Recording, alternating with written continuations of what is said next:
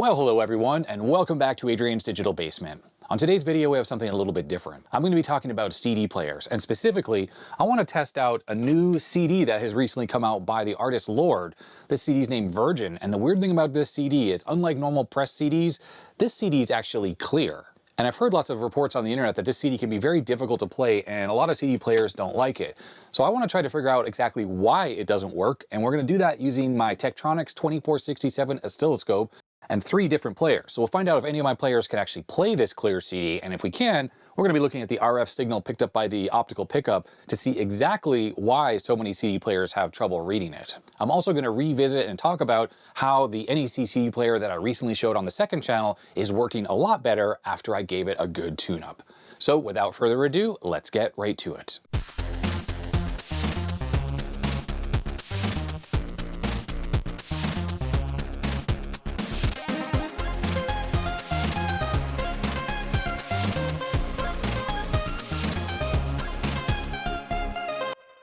Let's first talk about the scope we're going to be using. This is my Tektronix 2467 350 megahertz 4-channel oscilloscope. This scope is really kind of the pinnacle of oscilloscopes. There is a B version of this that's a little bit better. I think it's maybe 450 megahertz versus 350 megahertz. One of the things this thing has going for it is this CRT employs a special technology called microchannel, I think it is. I'd have to look it up to remember exactly what it is. But what this has the ability of doing is going extremely bright. And that's very useful if you're looking at a signal and there are occasional like runt pulses. So you have a spurious pulse that comes up occasionally. On old school analog scopes like this, if you had the intensity set to a normal amount, you wouldn't necessarily see that just because the CRT response time was too slow for those very occasional signals. Now, modern oscilloscopes have digital storage, so they have buffers and they can kind of capture that stuff, especially if you have a very high speed one. But as far as analog scopes go, this one with this microchannel CRT has the ability to show those pulses, and that is compared to normal Tektronix oscilloscopes. And this one is kind of decked out with options as well. I don't remember exactly what options it has, other than it has a GPIB port on the back for remote control of the scope, but it also has options for measuring the signals that it sees, so you can actually have like a frequency counter in here and some other stuff. It like displays menus and stuff on the CRT. So it's all kind of fancy, and there it is. It has woken up. I don't actually know how well the camera is going to show all this. I'll probably have to turn off some of the lighting once we're actually doing some of the measurements. So that's the scope I'm going to be using. Analog scopes do an amazing job at looking at the eye pattern, the RF signal that comes off the optical pickup on these types of CD drives and things like that.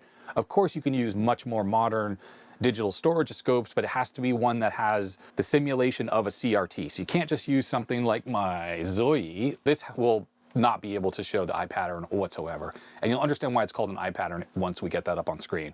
So on the bottom, we have the NEC CD player from 1987. This uses a Sony optical pickup, and of course, it uses a bunch of Sony chips for the RF amplifier and a lot of the other control electronics. This CD player coming from 1987 predates any kind of CDRs or anything weird like clear CDs like this one here.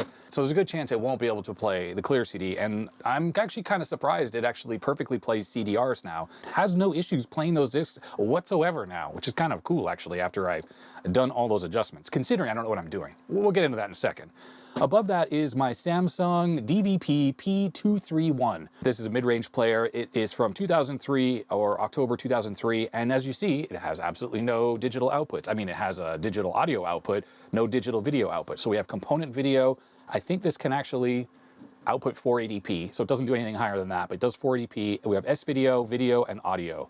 What's good about this is there is an RF test point, so we can look at the eye pattern on this player, which is pretty cool because, well, I'll get into why that's kind of cool in a second, but we can see what a fully functional, really good-looking eye pattern looks like when you have a laser pickup that's not worn out. Sony optical pickups, but I would say, especially the early ones, these laser diodes back in the 80s, like they were a new thing. It's infrared that reads CDs, and they sort of wear out, so they get dim over time, and that just makes it where the CD player really starts to struggle to track and play CDs properly.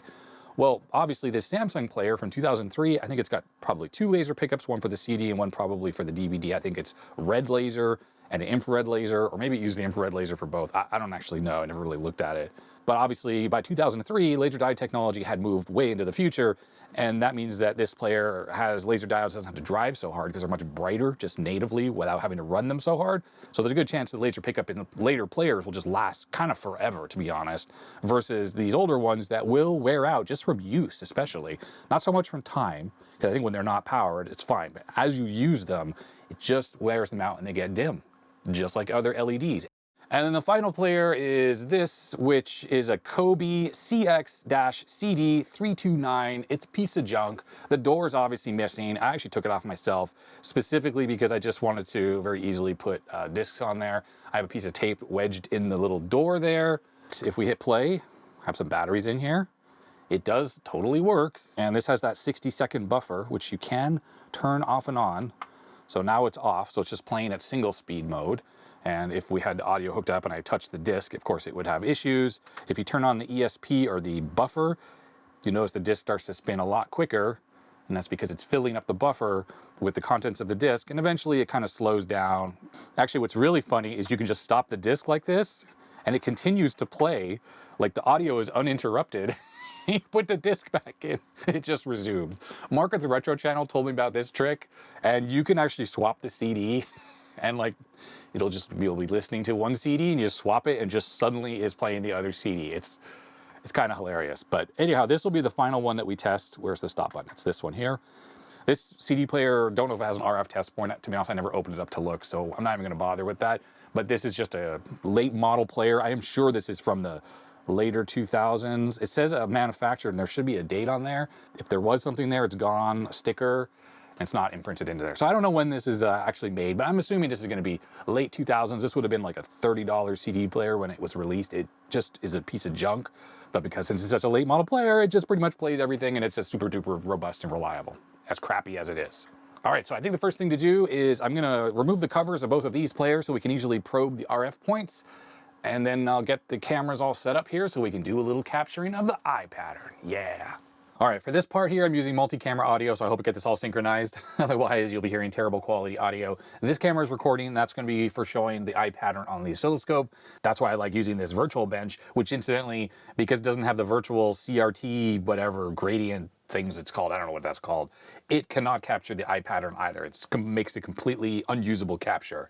It has to be something newer with that virtual persistence, whatever, I don't know, whatever it's called. Anyways, so here's the NEC player on the inside, just like it was last time you saw it, and that was the one capacitor that I accidentally damaged. Of course, this has mains input on these pins here, so it's currently not powered up or even plugged into the wall, so you have to be very careful when you are working inside of these because there aren't mains voltages in here.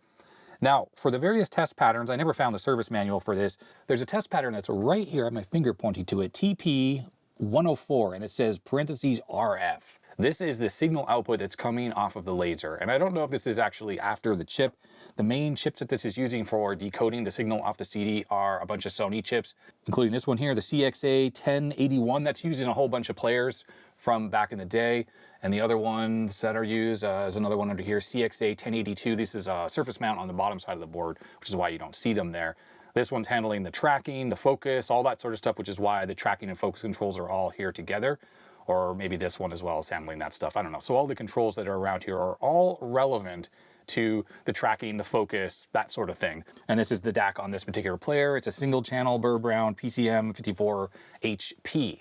And I intend to do some testing in the future on this if people are interested, because people were saying in the comment section that when you have a single channel DAC, because it has to switch and handle both right and left channel, you actually get phase errors on the output. And I'd like to really see that firsthand myself. And the good thing is, it's because it can play CDRs now, I can just make a CD with like test tones on it, like 1,000 hertz and 10,000 hertz and a 440 hertz. And we should be able to see very easily with a high speed oscilloscope like this, if there is a phase difference between the right and left channel. I talked about this in the video on this, the last video I did on this, that for the output, the way it works is there's a sample and hold switch. So the DAC, remember, is outputting right and left channel audio samples.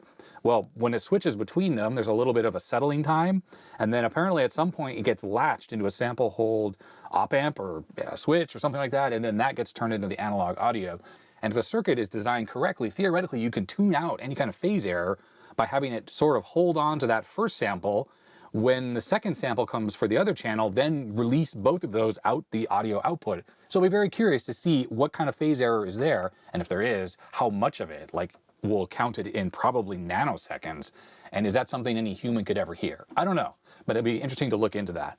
Anyhow, the main way I did the adjustments on this thing is I just hooked up the oscilloscope probe to the RF test point, and there happens to be a lug right there for a nice ground point, so you have a very close ground. I think you should be using a better probe than I'm using here. This is kind of a junk one, but this seems to work good enough for our purposes here. Power on the CD player. I don't have any audio hooked up to it, but as you can see, it's currently spinning, and this is a CDR in here, and it's read the table of contents, and now it's playing the CD perfectly. So it's playing, and I think the intensity is too low. Yes, it is. So let's get the time base set up correctly here. So the triggering starts right there on the very far left side, right in the center line of the screen, just so we can get a good idea of the amplitude, the full amplitude. And I have it on manual focus. I really hope it's actually in focus. Let me just fiddle with the focus slightly so it doesn't hunt. And we're running around 440 kilohertz. I think that is the general sample rate of a CD, at least when you're triggering off the RF, off that point right there. Now, the reason why it's called an eye pattern, because apparently when you look at this, you're supposed to look at the space that's in between these lines, and you should have a nice diamond, or eye, I suppose, visible in here. Now, the one thing about this particular CD player, and this is the NEC CD player, which is playing a CDR, by the way, you see these lines that come down? It has this weird kind of hump in the middle there, and it has it on all CDs. I think it's either the electronics on this player, or the optical pickup is going bad, or I don't know what's causing that. But apparently that shouldn't really be there. These lines should come down as like a nice waterfall smoothly, and then form this pattern where they're intersecting each other, and you should have nice diamond shapes in the middle, right along that center line. Well, we don't really get that from this CD player. It just doesn't seem to do that. In addition, around the edges here, it's just kind of noisy. It's not very clear, and I think that's all an indicator that this particular optical pickup is not as good as it once was. Now, when we go back over to the CD player, there are all sorts of controls here for focus and tracking. And the way I got this working properly is I just played a CD and I hooked up the audio and listened, and I started fiddling with all these controls while looking at the oscilloscope, watching the eye pattern. And some of those, you turn them and the eye pattern would get worse, more noisy. So I would turn it back so it was clearer. And occasionally when I turn it, it would stop tracking properly. Like I would hit the fast forward, the scan forward button, and it wouldn't be able to do it. And I would adjust it until it would work, or it would start skipping, just playing the CD normally. And I just kept turning this up, watching the pattern. And I turned it all until it really was behaving really good. But beyond that, underneath the optical drive here, let's get the CD out. The laser pickup that's under there, on it is a little potentiometer with a level control. I guess it's like a gain control. And as far as I'm aware, the CXA 1081 that's on here should have automatic gain control. It's able to, over these wires here, talk to the optical pickup and increase the gain as necessary. But there is a little control on there, had a little bit of glue on it. Well, I found, I don't know, I just said, what do I have to lose? I started adjusting that, and I just put a CD in. There it is, reading the CD, and there it is playing the CD. As far as I'm aware, if we hit play again, that different pattern that you saw there for a second, that's what the CD looks like where there's no data, like it's blank, like it's reading all zeros for the audio data. Oh, this thing is going into its screensaver mode, I think. Okay, there we go. So let's just see that again. Okay, so we stop the disc, put the disc back in. Okay, so that pattern, I think that's what it's reading when it's reading like the lead-in area of the disc that doesn't have any data. You don't see the normal eye pattern. And interesting is when it comes to a stop, you see how slow, because that's the disc slowing down. And we hit play, and now it's playing. Now, if I slow the disc down with my finger, you'll see the whole waveform slows down. And obviously it should be around 440 kilohertz there, and that slows down as well. And the CD player is really going to be unable to play any audio when it's slowed down too much like this. Back to what I was talking about with the level control on the bottom of the CD player. So what I would do is I couldn't adjust it while I was playing. So I'd take the disc out, I would turn it down, or I turned it up slightly. Theoretically, if it's gonna work, you should get a little bit more gain out of it. And I did a little bit, but it didn't play better. It played worse. So I ended up turning it down from where it was set to, and the level actually slightly reduced, and the playback on the player got much more reliable. In fact, that was the final thing I did. that made the player just work properly, basically turning it down slightly. Yes, not up, down. And it really fixed up everything, and all the discs I started playing, CDRs included, just started working perfectly. I could tell this player is still, you know, not super happy about playing CDRs, doesn't sort of skip tracks quite as quickly as it does if you have a regular CD in there. Although the CD that it's playing right now is actually one that has no gaps. I recorded it with 0 gaps between tracks, so it's gapless playback. And I think that's a little harder for a CD player to lock in, because I think it's looking for a little section of the disc that doesn't have any data on it, and then it, you know, is able to start that track properly. I'm not 100% sure if that's truly the case or not, but it seems like with this player, that might be what's going on when it comes to skipping tracks. So sometimes when you skip tracks on this disc, it can take a little longer. Although I just went from 1 to 2 and it just took a couple seconds. So I don't know, seemed fine, I guess. And I'm gonna skip from 2 to 3. Let's just watch the, there, now it's playing. Oh, no, it took 1 try there to get back on track. And now it's playing. And now I'm on track, what is this, 5, I think? 4 or 5. Anyways, one other thing you might notice about this, and I'll skip all the way to the end of the CD. And the CD, by the way, has like 79 minutes of stuff on it. So I'm skipping to track 21, which is the track all the way at the end of the disc. Okay, it's playing, no problem. Now, one thing I want to point out is that there is wobble in the spindle on this particular player, and it's there on every disc I put in here.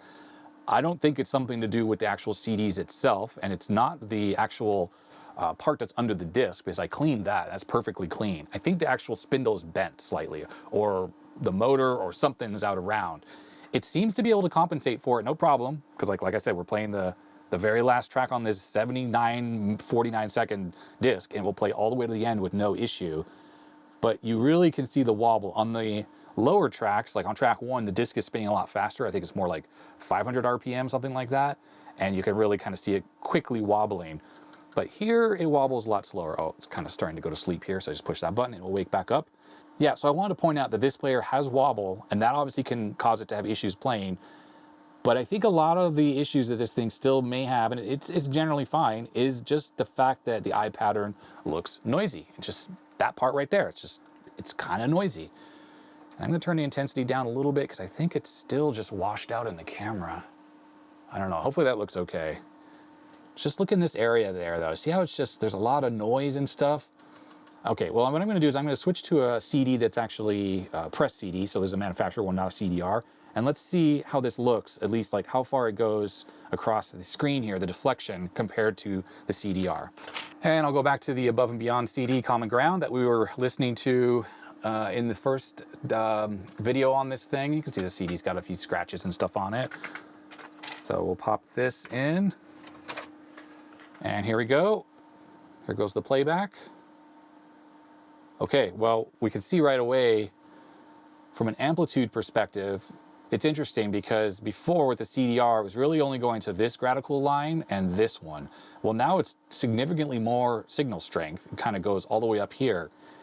Is it better, the eye pattern? No, not really. It's still really noisy. Also interesting, it's running at like 450 kilohertz versus 440. So I wonder if that's a difference between the CDR that I burned and, well, this mastered CD Above and Beyond. I hadn't really noticed that there was actually a difference there. I mean, the CD plays perfectly. It's playing the disc. Let's skip all the way to the very last track. So as it's seeking, you know, it's kind of noisy. Okay, here we go, track 13. So there's that wobble, by the way, that I mentioned. The amplitude is maybe slightly less. It's maybe a slightly less noisy as well. But yeah, other than the wobble, there's the eye pattern, there's that same hump, whatever's causing that. That might have an effect on its reliability of playing CDs, I don't know.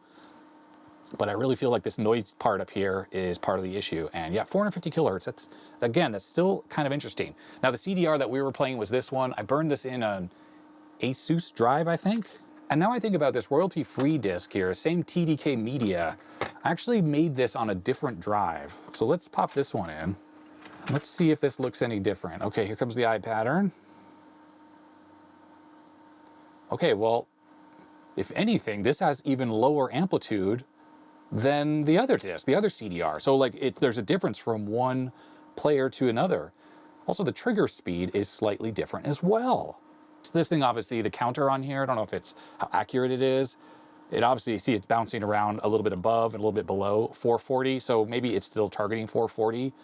Possibly this is how you can fit 80 minutes onto a CDR, because these are 80-minute discs, is to slow it down, the data rate slightly.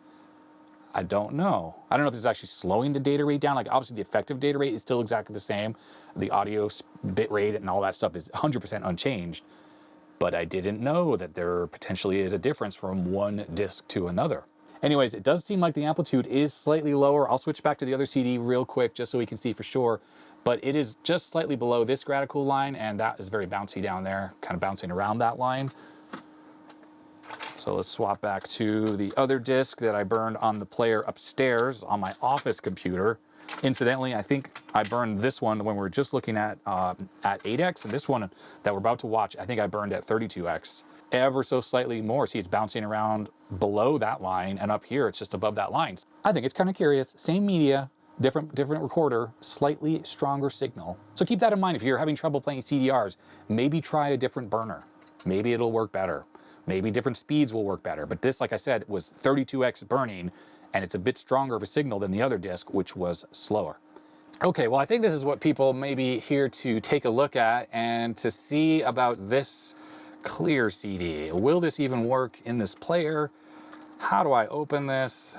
I thought I would try this CD out. By the way, made in Germany. And it says, clear disc. Good. I don't know if they're going to keep making this, because I think a lot of people are having trouble playing this, and I could totally see them discontinuing the manufacture of this clear CD and just going to a normal version. And the whole point for me is to get the one that's clear, because it's such a weird anomaly. Interesting. Okay. Oh, look at that.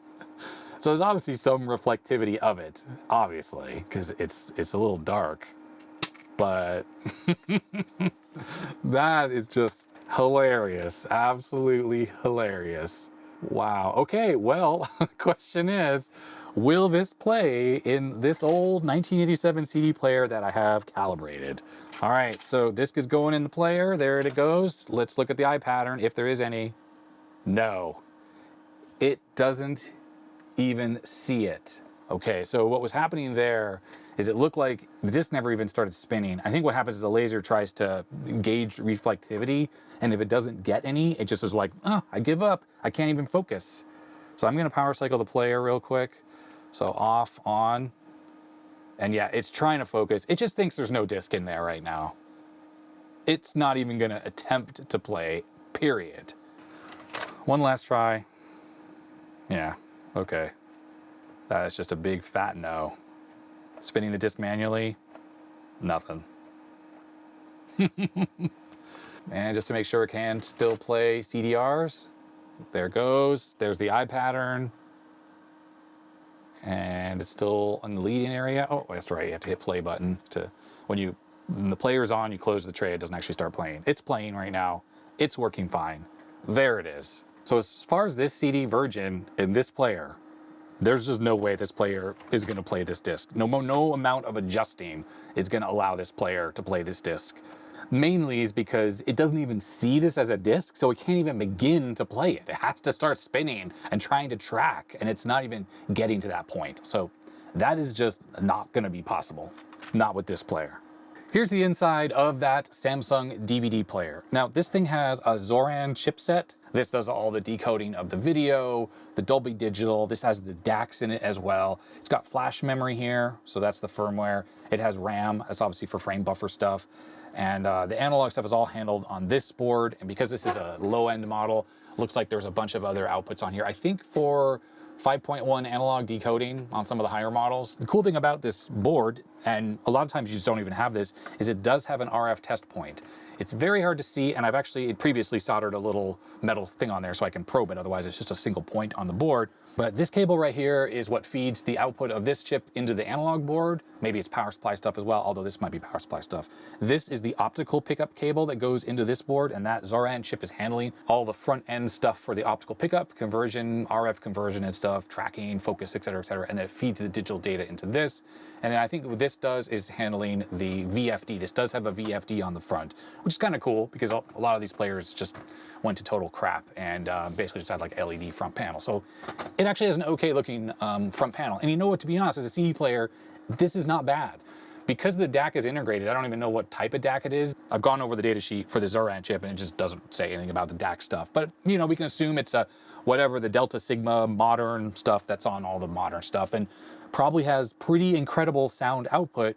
Where this player is probably let down is the fact that the audio signal gets fed back to this analog board with the video, probably on the same ribbon cable there. And depending on how good they did the shielding, it might introduce a bunch of noise. Of course, this thing does have a coax digital out, so you just plug that into an external DAC if you want to have much better sound quality. And because this is modern, this is going to have a good optical pickup that's much better than the old CD player, and we'll see that. We'll plug this probe in here, and let's take a look at the eye pattern. This is the RF connection there. It's labeled on the board. If you have one of these players, you could do this testing yourself. And let's power this on. I gotta flip the switch over here, hit the power button. The player is not working, and I think this is my fault. I accidentally blew the fuse on this player at some point in the past, and it was totally my fault. I think I dropped, like, I had a ground like this, and I dropped it over there, and it actually blew the fuse out. And the power light just came on and immediately shut off. So I have the power cable unplugged. So let's just check this fuse here. I wouldn't be surprised if this is open. And it is open. Yeah, what happened, I'm just gonna pull that plug out. What happened is the fuse, when I blew it, whatever fuse needed to go in here, I didn't have the exact value, and I put a slightly lower value in there. So we have a 500 milliamp fast blow fuse, and this wanted a 1 amp fast blow fuse.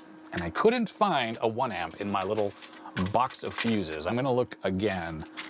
I mean, here's a 2 amp fast blow. You know what, that's gonna be fine. I think what happened there is when I first put that in, it was completely fine after I blew it initially, the 500 milliamp that is. But I think what happened, and I'm just making sure the cable's unplugged, and it is. In fact, if you want to be extra sure, just unplug that cable there. I think what happened is the capacitors, when it charged them up just now, that blew the fuse. So that 2 amp one is good enough. And let's plug this in, move that. Okay, yeah, the player's running now. Let's first start with Above and Beyond. So we'll start with this normal pressed CD, one that we know works, just so we can take a look at what the eye pattern looks like. We compare it to the other player. All right, here is the thing. Is the camera still recording? Yes, it is. One thing to notice, this player is playing back CDs at a much faster rate. So remember, Above and Beyond was what, like 430 or 450 kilohertz. And now we're at 1.77778 megahertz, and you can just see the eye pattern is way condensed here. And I'll turn down the intensity since that is blowing out the camera. First things first, notice how much more clear the eye pattern is. It looks perfect. This diamond shape here, this is what you're looking for. These are the eyes that you're supposed to be seeing. And this player, the optical pickup on this thing works so well that you don't have any issues, any noise. I mean, just look how sharp all of these curves are. Everything looks really good. This is how it should look.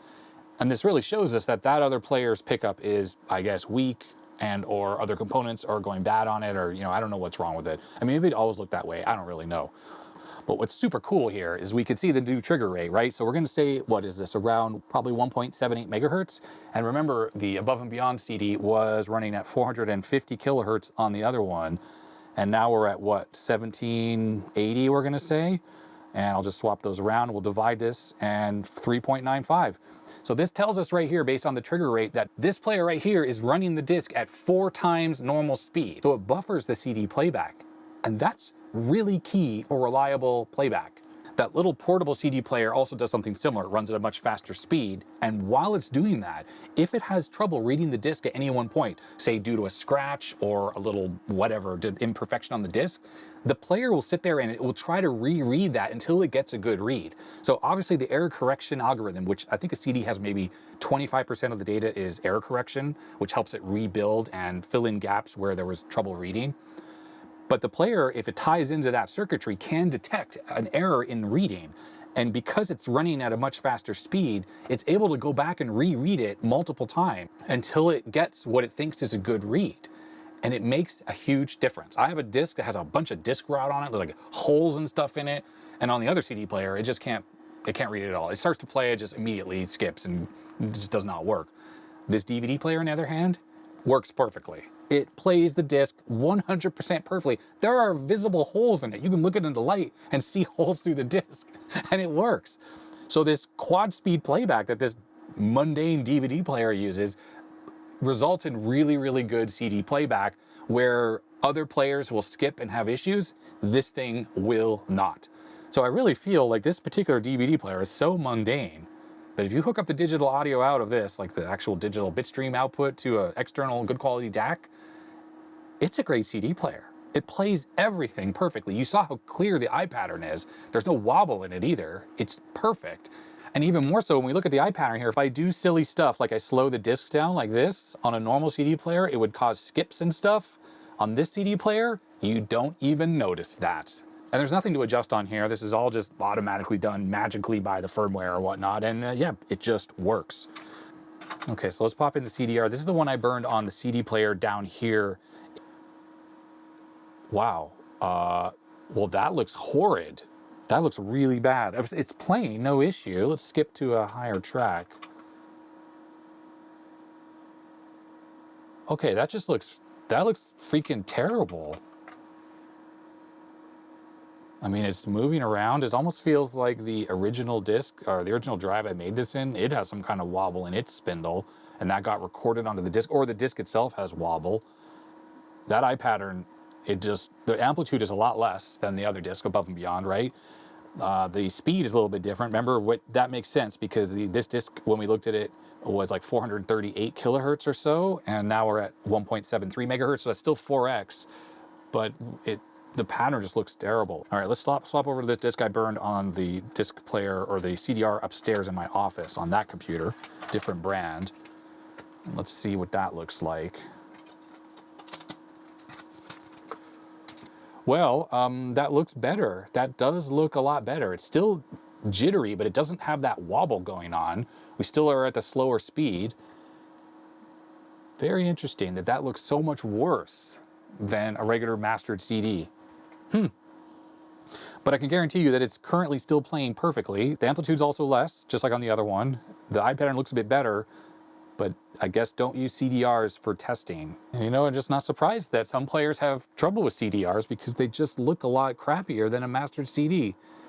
That is very curious, very curious. And I'm just so surprised it's so jittery. It's not wobbly this way, but it's jittery this way. Let's skip all the way to the last track on this one. Okay, here we are on track 21. It definitely has a little wobble, especially on the bottom side. I'd have to say the whole eye pattern looks a little clearer though, doesn't it? That's interesting. We're still running at the same like 1.74 megahertz or so for 4x the 439 kilohertz or 438 we were getting before. But the wobble is very interesting. And if I slow down the disc with my finger, it does feel like this disc is wobbling. So either the disc is warped or the spindle on this player also wobbles. But maybe that's just normal and par for the course with CD players, and these players can handle it, especially these more modern ones. But it's just very surprising the eye pattern looks so much better on the very last track of this disc when the disc is spinning slower. Then let's stop the disc and start from the beginning again. So here we go. I'm going to start back at track 1. You know, to be honest, maybe the noise is just because the disc is wobbling, but since it's running at 4x, it's just wobbling a lot faster. And I guess the front end on this is so much more advanced than the one that's the Sony chips on the other player that it has no issues picking up through all the noise there, the audio data. What if I touch this wire here? No issues. No issues at all. Yeah, I'm touching it right now and it's not doing anything. All right, well anyways, it's obviously working. You can see that the signal is not nearly as good as it is with the manufactured CD. And I guess today I learned something that these 80-minute CDs actually run slower in the players than what the other ones, which were they 74 minutes, I think, was the normal speed. How fascinating is that? Okay, well anyways, this is what everyone's here to see, right? Is will this silly clear CD actually play? Oh, and I can see that the clear CD only has data up to about there. Yeah, you can just see that? See how it changes? That's the active data, that's blank over there. Okay, will it work? Oh, look at that. I think it's playing. Look at the signal, it's horrible. It's not even triggering correctly. Let's try to fix the trigger. Wow. Well, that's what you get. You get a horrible eye pattern. Okay, there we go. It's sped up. Interesting. You notice I was like initially, oh, maybe the trigger just wasn't working correctly because I had to adjust the trigger level there because it's so crap. Let's get that a little bigger so we can see it a little better. Well, there's your problem.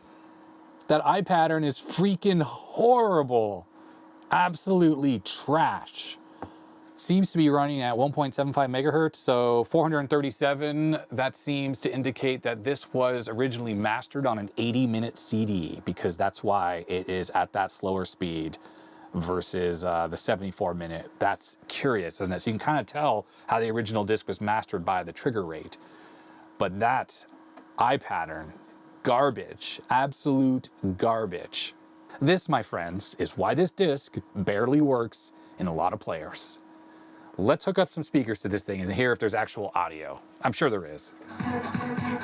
Okay, I'm listening to the CD there, and it's playing audio. I don't know if it sounds right or not. No, I think it's actually working fine. Yeah, there's no issue. It's just that part of the song sounded weird. Let's skip ahead to whatever the top track is on this disc. Does it even have a track listing? No. Oh, yes, it does. There's no numbers, though. Okay, we're on the top track, track 11. The eye pattern looks a little bit better again, and I think that's just because the disc is running slower, and maybe, I don't know, whatever. That's just how this player seems to work on the higher tracks. The eye pattern looks a bit better. Same trigger rate as before, and it's playing without issue. Yeah, and it's working fine. No issue. No issue. So yeah, see, I'm slowing it down, and the audio is still working fine. I'm sure it'll get to a point where it will not be happy any longer. Like it will run out of buffer. It's still freaking playing out of the buffer. No issues playing at all. Okay. Well, anyways, there we go. I hope that doesn't get a copyright strike. I might have to cut that whole section out. If that did, I was able to slow the disc down dramatically and the player never had any issues. Okay, so this CD works fine in my progressive scan DVD player DVP P231. But we could see that the eye pattern looked like absolute garbage, specifically because there is just no reflectivity on this disc.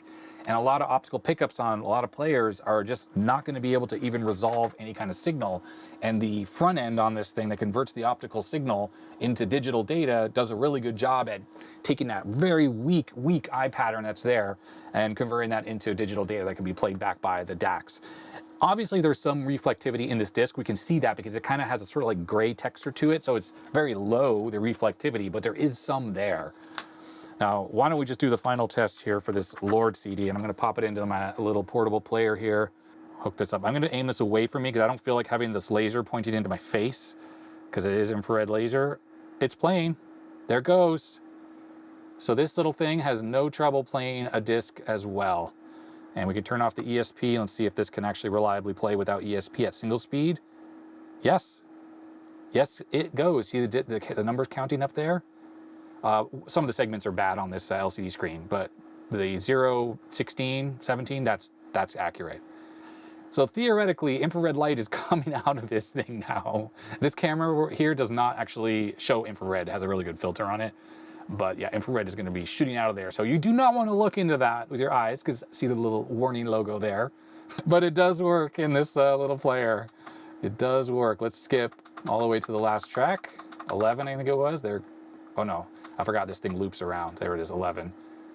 The disc should slow way down. You can just see the copyright stuff there. And look, still playing perfectly. So there is the experimentation with the Lorde Virgin CD, the clear CD that I can't believe was actually sold. I need to make sure not to look into that. There it is, currently playing in this little portable CD player. It does work. I saw a review on Amazon, which made me laugh. It said, this plays perfectly in my PS5. PlayStation 5 doesn't play CDs. No PlayStation 5 plays CDs. But anyhow, I hope you found this interesting, looking at the eye pattern of this clear CD on a player that can play it versus actual manufactured discs that have the proper reflectivity on them. Talk about bending the limits of the standard. That's what's going on with this CD. It's really, really playing fast and loose with the CD standards. So it's a novelty disc, and just know if you buy one of these, there's a good chance that it's not going to read properly in a lot of things. And I would imagine pretty much everyone who buys this CD has a way to listen to this on like streaming platforms anyway, so it's no big loss. And I do say it's kind of cool that I own a clear CD, so I suppose if I ever get more CD players in the future, this will be the ultimate test to really test the optical pickup. Can it play a CD that's not even reflective? There is the test. As far as the NEC player goes, I'm really happy that that player seems to be working really, really well now, and it has no trouble playing the CD arts, especially from my CD burner upstairs in my office. So I'll just use that for making some new CDs, and I actually kind of enjoy having a CD player up in the living room. I'm one to listen to streaming music. I listen to it a lot, car, home, everywhere. But sometimes it's nice, I just turn on the CD player, put the disc in, press play, I can walk away, it works, there's no buffering, I don't have to worry about the internet being down or the Wi-Fi being down, or my phone's not able to control the Chromecast audio thing that I'm using for streaming. It just freaking works, and I kind of like that it does work. And it's nice that that NEC CD player is so simple to use and so fast and so reliable, and it seems to work really well now after I did all that calibration stuff I talked about, and that makes me really, really happy. So if you enjoyed me fiddling around with this and showing the old Tektronix oscilloscope, thumbs up. If you didn't, you know what to do. Huge thanks to my supporters, names go up the side of the screen, and make it possible to do this full time and buy silly stuff like this. And subscribe, like, thumbs up, I don't know, all the usual YouTube junk, and that is gonna be that. So stay healthy, stay safe, and I'll see you next time. Bye.